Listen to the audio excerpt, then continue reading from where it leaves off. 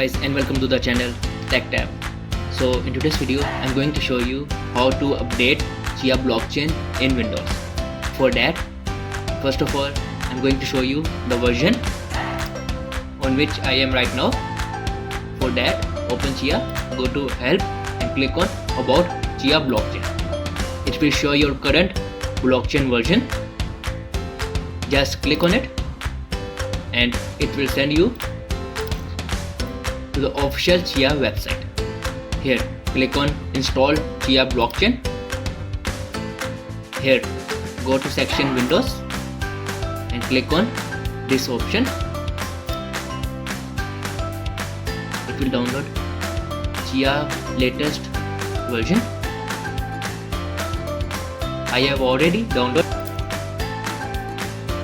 So before updating, you have to close down CHIA and now open that file and just give it a minute. So now go to about CHIA blockchain and here you will see that my version is updated to the latest 1.1.6. and that's all.